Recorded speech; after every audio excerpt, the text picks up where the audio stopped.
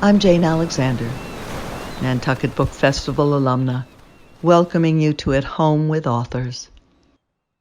In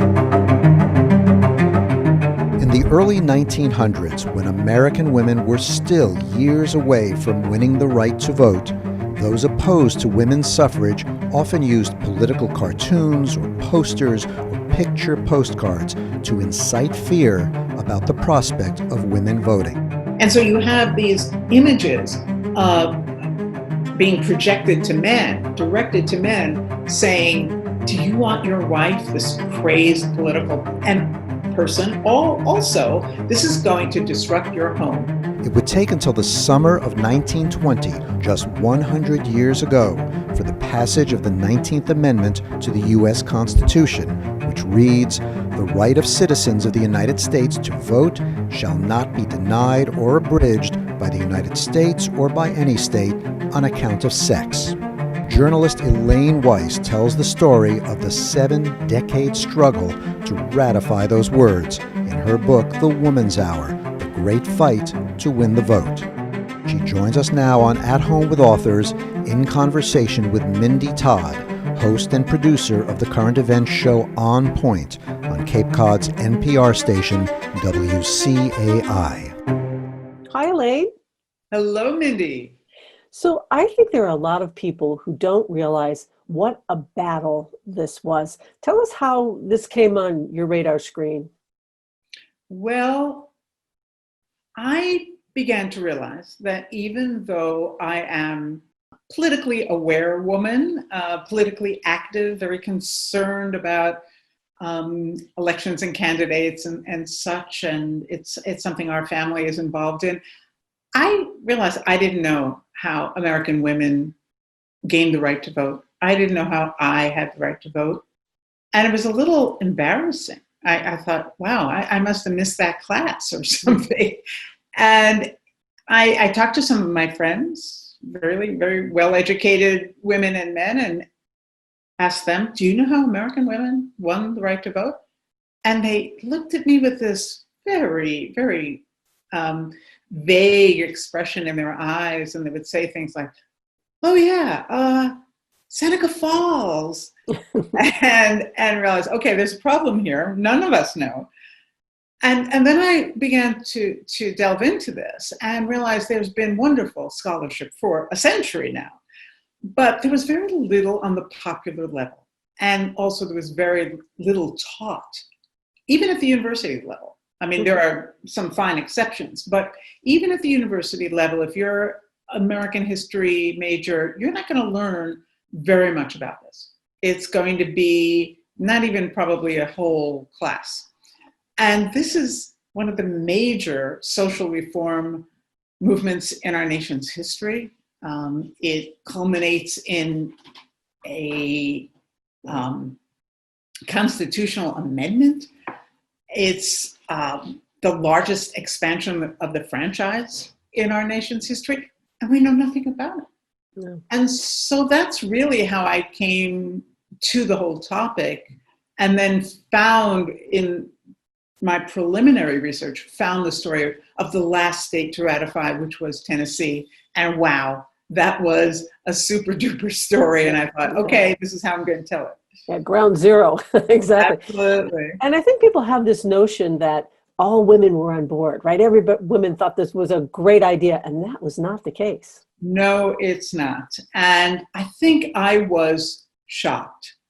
I guess I thought that too, like women were for this and men were resisting. And that was absolutely not true. There were wonderful male champions of women's suffrage from the very beginning. Frederick Douglass being one of the most prominent and one of the most important. But men were helpful all through the movement. And there were women, many women, who thought this was a bad idea.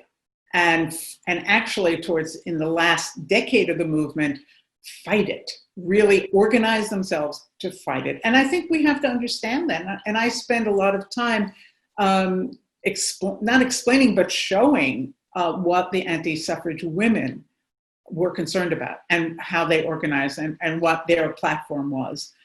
And it would have been easy to sort of poke fun of them because some of their arguments seem, well, I thought their arguments would seem antiquated. They're not.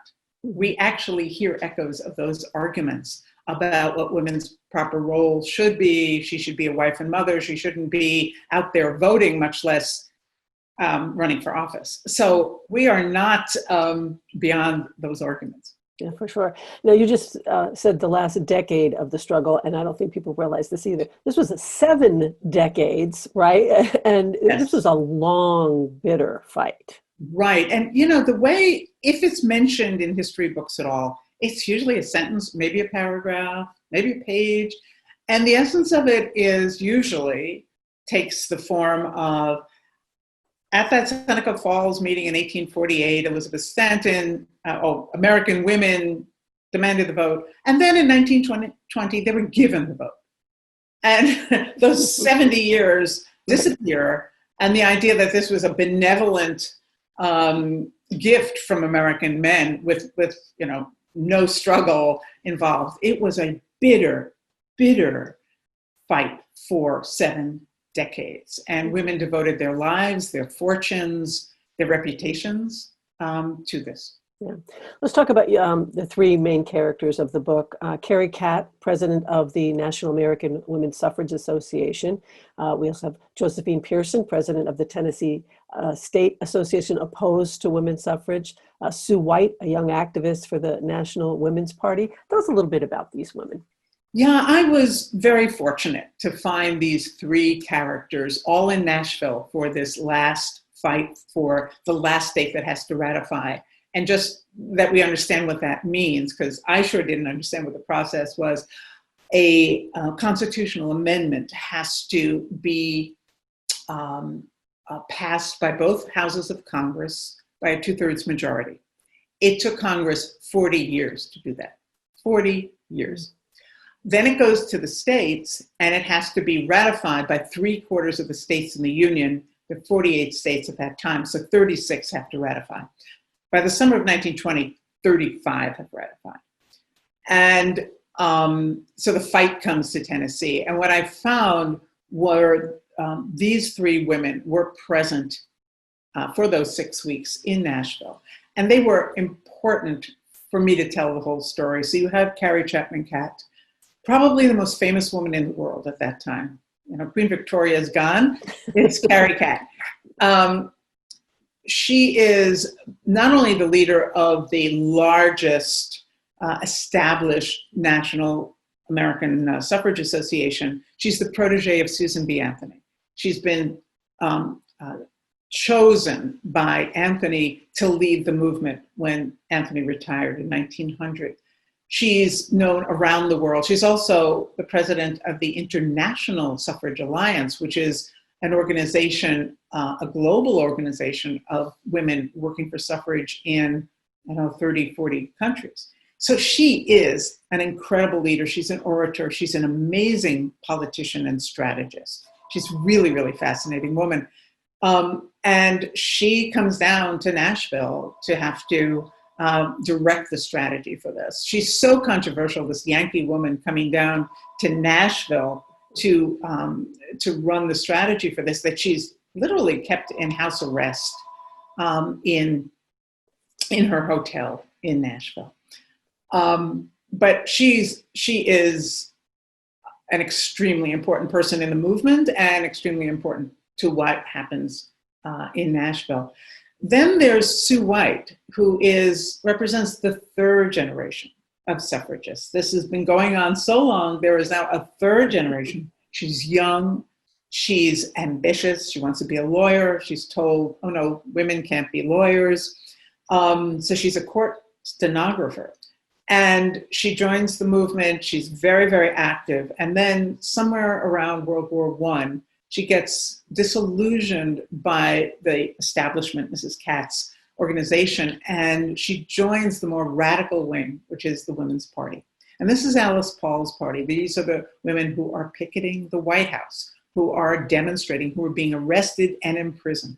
And Sue White, a daughter of Tennessee, of West Tennessee, joins them and does picket, is imprisoned. And she's very proud of it. And this puts her in very bad light home in Tennessee. Nevertheless, Alice Paul sends her to Tennessee to direct the Women's Party campaign for the vote. So you have two suffrage organizations of women after the same goal, which is ratification, but working separately. Yeah. And there's bad blood. Yeah. And then you have very different styles. Yes, very different styles. And then you have Josephine Pearson, who is a fascinating woman, the most well-educated of all three of those women. She's a college dean and professor. And she comes from a very conservative family. Her father was a minister. And she is opposed to the idea of women gaining the vote. Partly, this is a religious concept for her that women, God's plan held that women should be subservient to men, and to question this is against biblical teaching, and they use that, and she uses that. But she's also a Southern woman, and she is very concerned that a federal amendment, meaning Washington, the federal government will mandate what the states can do, is a revisiting of Reconstruction, and that it is going to be, it's a violation of states' rights. Civil war is very present in this fight, and it's also going to be mean the end of white supremacy in her mind, because if the 19th Amendment does give the vote to all women, including Black women, and if Black women can vote, well, then they may feel that they should be socially equal to. And there goes the underpinnings of the, as she calls it, white civilization in the South. So you've got some very complicated themes here. Yes. And they all play out. Yeah, it's interesting. You mentioned Carrie Catt being part of the international organization. Well, and we should keep in mind at this time there are 20 nations where women can vote. At 26. Oh, 26. 26. Yeah. But not the United States. No, we are really, really behind. And I think this is something important to remember, Mindy, that the United States has a self-image of itself, of being a beacon of democracy. In fact, in 1920, we had just concluded our participation in a war supposedly to make the world safe for democracy. And here in America, women could not vote. Black men and women couldn't vote in the South. What kind of democracy? It's a question that still lingers. But I think that we should also remember that we have been laggards in this, in these kinds of issues, not only in 27th nation to grant women the right to vote, way behind, but also in, to bring it up to today, most democracies have already elected a female chief executive. And we're still debating whether we could. Of course, we did elect a woman president by the popular vote. But it's still a question that's asked. And I think that's something we should wonder about, why it's still being asked. Right. Now, Woodrow Wilson was president, and the First Lady was not in favor of women voting. No, isn't that fascinating? Yeah. I just kept wishing I could have been a fly on the wall in the White House. In the summer of 1920, President Wilson was convalescing from a devastating stroke. He almost died in October of 1919. So just about 6 months before, a little more than 6 months, he almost died. He was paralyzed. He was bedridden for months, and no one knew the extent of it. Congress was not alerted. Even his vice president did not know.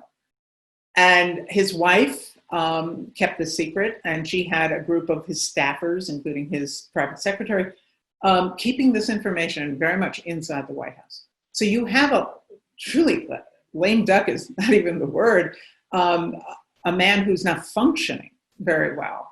By the summer, he's beginning to regain some of his mental facilities, but he still can't work very hard and such. So Edith Wilson, his second wife, is running the country. I mean, she is deciding what information will come to him, She'll deciding which cabinet secretaries can communicate even by mail with him.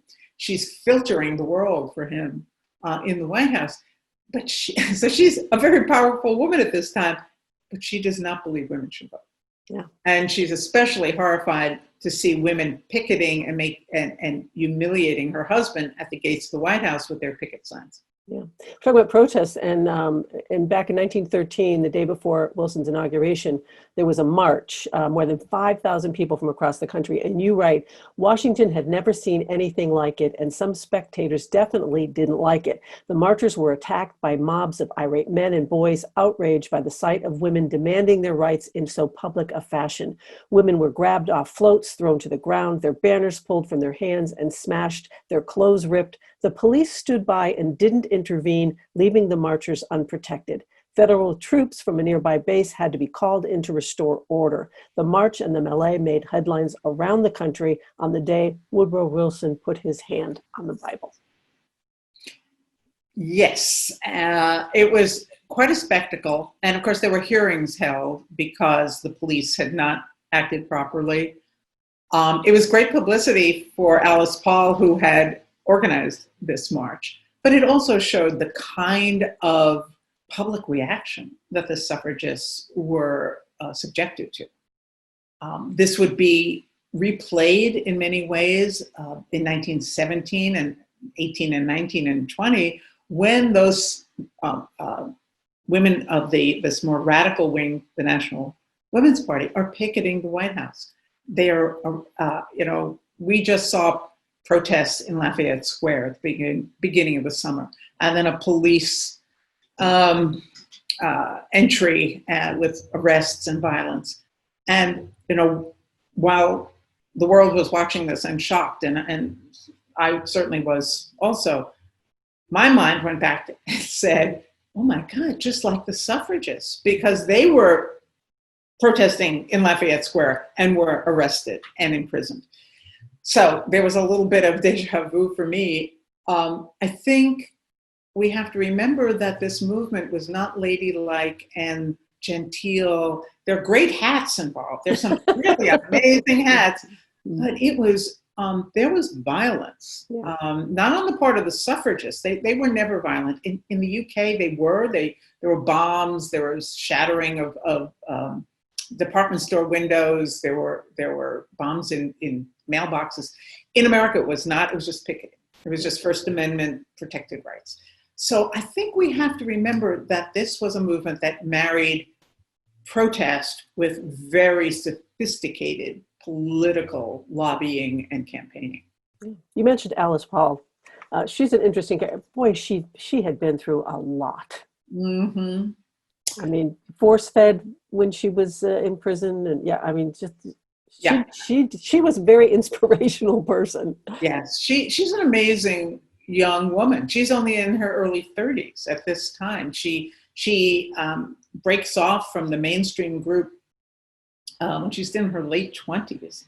She's very committed. She's very single-minded. She's a brilliant strategist herself. But I think historians have been debating for a century now whether her actions, which were more confrontational, more in your face, much more controversial, that the mainstream suffragists denounced her and denounced the tactics.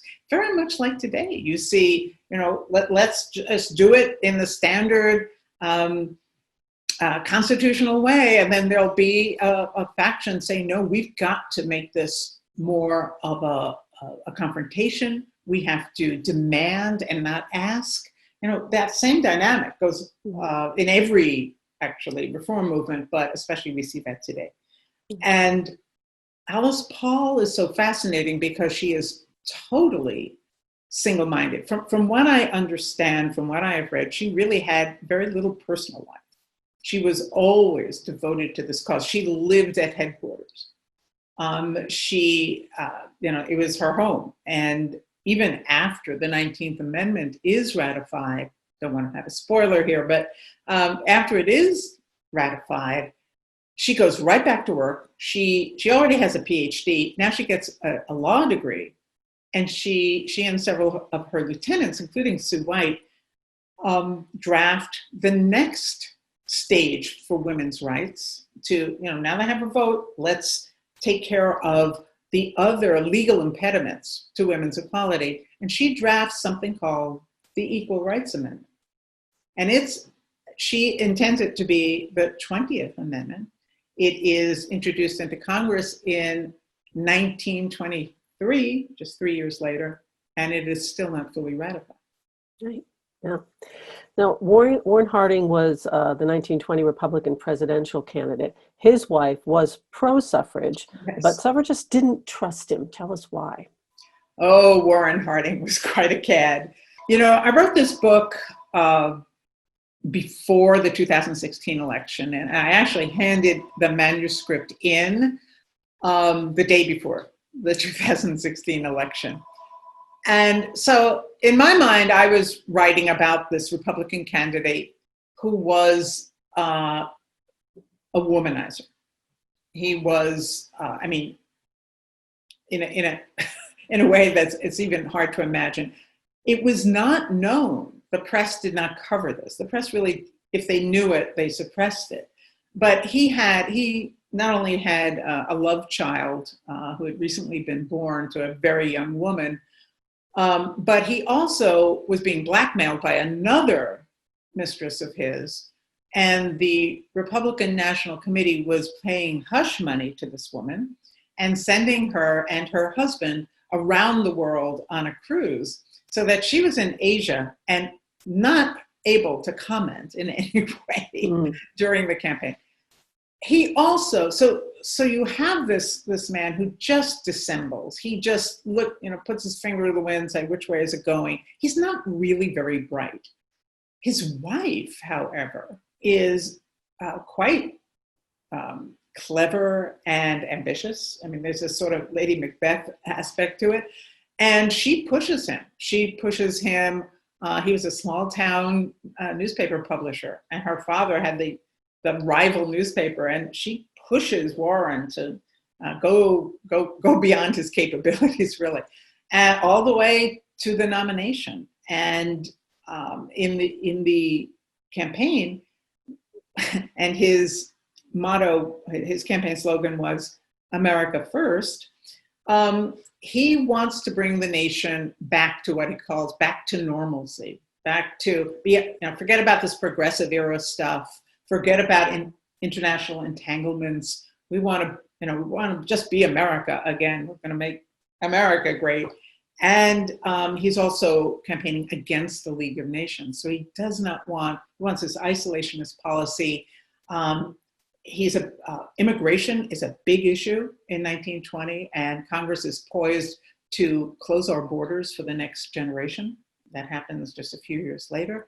So you have all kinds of issues swirling around this election, and you have Warren Harding, who, as it was said then, looked presidential. He was sort of kind of handsome. He posed, he had photographs, there's no television yet, there are newsreels. And, so you see him looking presidential, and this is attractive. And I have to say, I'm loath to say that when women did vote in 1920, they helped hand Warren Harding a landslide. Isn't it interesting when you study history, how much history repeats itself? It's been kind of spooky. The other part is the last phase of the 19th Amendment, getting it through Congress in 1918 and 19, and then ratification, takes place during a pandemic. Right. The influenza pandemic. And this really affects the suffragists' ability to campaign. All of their annual conferences in the states and at the national level are canceled. They can't hold rallies. They can't hold marches.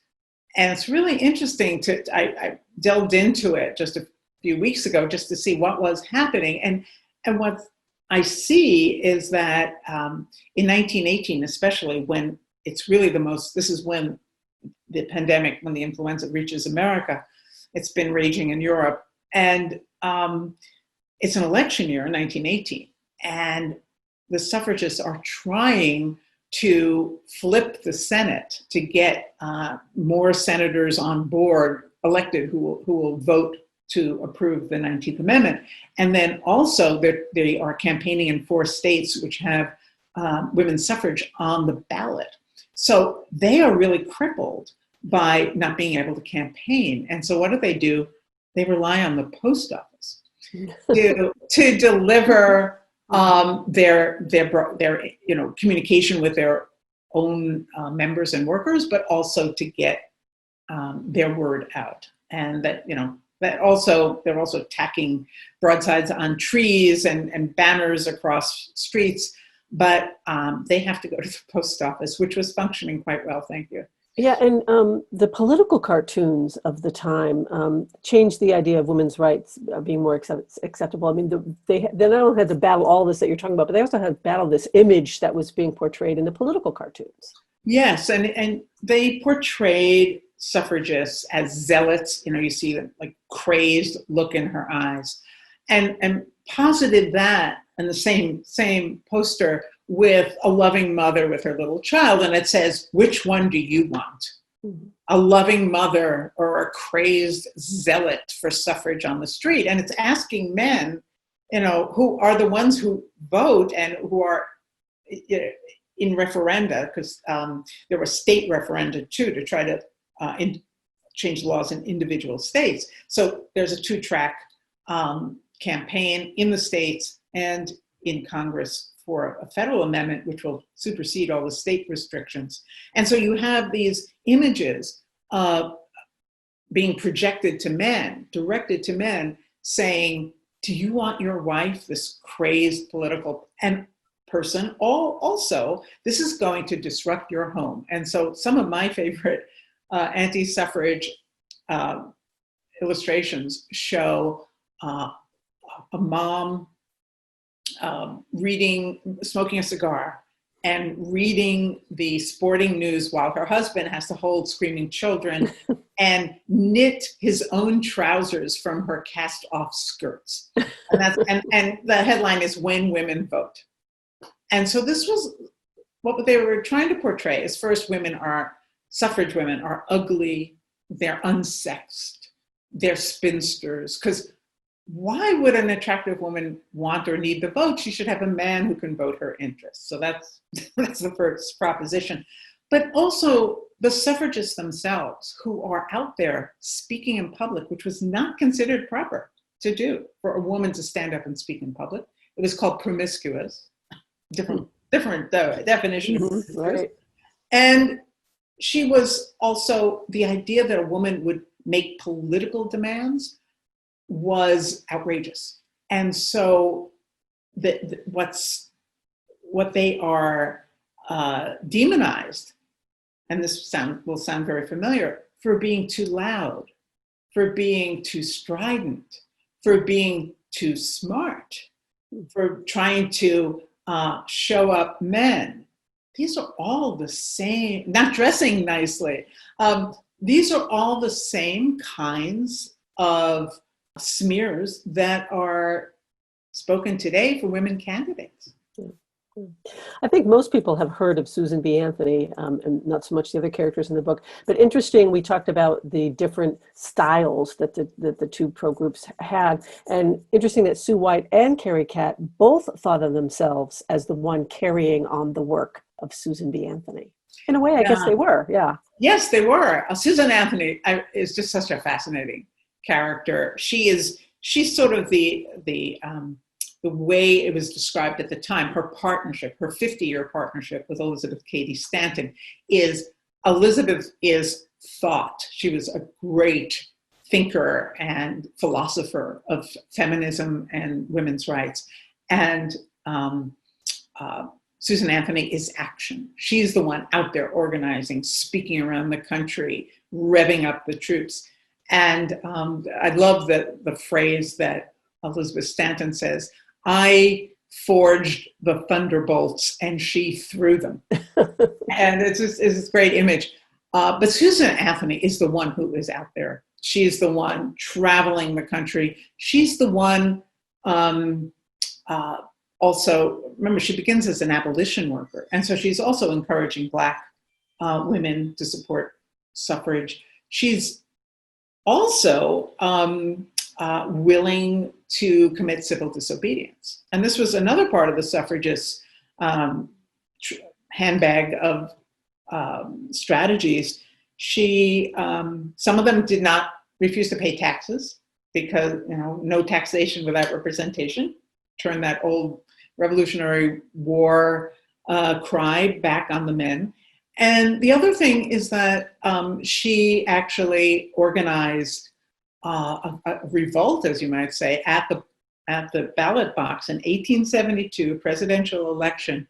She and her sisters and some of her friends in Rochester and 200 other women around the country, including Sojourner Truth, who was then living in Battle Creek, Michigan, actually went to the polls and voted in the 1872 election. And because Susan Anthony is the face of the movement, she was arrested and tried and convicted of illegal voting in a federal election. And she refuses to pay the fine. She wants to go to prison because she wants to bring a test case to the Supreme Court. They don't allow her to go to prison just because they don't want her to be able to do that.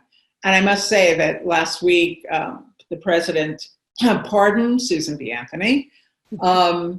And Susan B. Anthony, her home is a historic site in Rochester, New York. The director of that museum and research facility in Rochester refused the pardon on her behalf. So given what's happened with our pandemic now in the comparison to the 1918 pandemic, is there any plan to update in the book, like some sort of introduction? Or, I mean, it's such an important piece of history and the book is so well researched. I just wonder if there's any thought of adding some of the recent developments to it. I don't think so. My book is history. In the last chapter, I do bring it forward to what happened afterwards, especially how the 19th Amendment was subverted in the southern states by state law. It's not the 19th Amendment's fault, by state law, by Jim Crow laws, and how it would take another 4 decades for Black women to gain the right to vote through the Voting Rights Act. Mm-hmm. What I've been trying to do is go beyond the book. Of course, I want people to be grounded in the book, but I've been traveling around the country for the last 2 years. I'm not traveling as much in the last few months. I'm still zooming around. And I'm speaking to audiences, and I'm speaking to bar associations, and I'm speaking at universities. I just did a convocation speech yesterday. I'm speaking to young people. I'm speaking to, of course, League of Women Voters and lots of literary organizations. But what I'm bringing to make clear that this isn't just history. It's great history. I think it's a phenomenal story, but it's very relevant today. Mm-hmm. And so I'm going sort of beyond the page and talking about it. And I've been, of course, doing a lot of news interviews and bringing up the idea that the importance of the centennial is the legacy of fighting for the vote and in expanding our democracy. And we really have to pay attention to this, that voting rights cannot be allowed to be portrayed as a partisan issue. It is not. It's really the stress test of our democracy. And if we allow it to be made into, voting rights is just partisan, well, that is very, very, very dangerous. And we have to stand up as a nation, and certainly the citizens of the different states where there's been a resurgence of voter suppression laws coming out of the state houses because of a Supreme Court ruling in 2013 that really gutted the enforcement provision of the Voting Rights Act. And that's why we see this sudden explosion of voting rights restrictions and suppression laws. And, Tennessee is actually one of the worst offenders in this. And I have gone to the Tennessee Bar Association and said, you can't allow this. You can't celebrate this centennial this great milestone, and then slash voting rights today. So I want to make that connection. And I also, as the Black Lives Matter protests and marches, the peaceful marches that just went all over the nation, it was very inspiring to watch. And I just thought, this is the kind of moment where you have to realize that that kind of demonstration is essential. The suffragists understood the importance of that kind of public outpouring of support, but it has to be harnessed to very strategic political action and political goals and building of alliances and a long-term strategy. And so that's what I've been talking about and writing about. I had a op-ed in the New York Times this week about actually the backlash that the 19th Amendment faced immediately in the week after it was ratified in Tennessee, what the opposition was willing to do to try to stop it.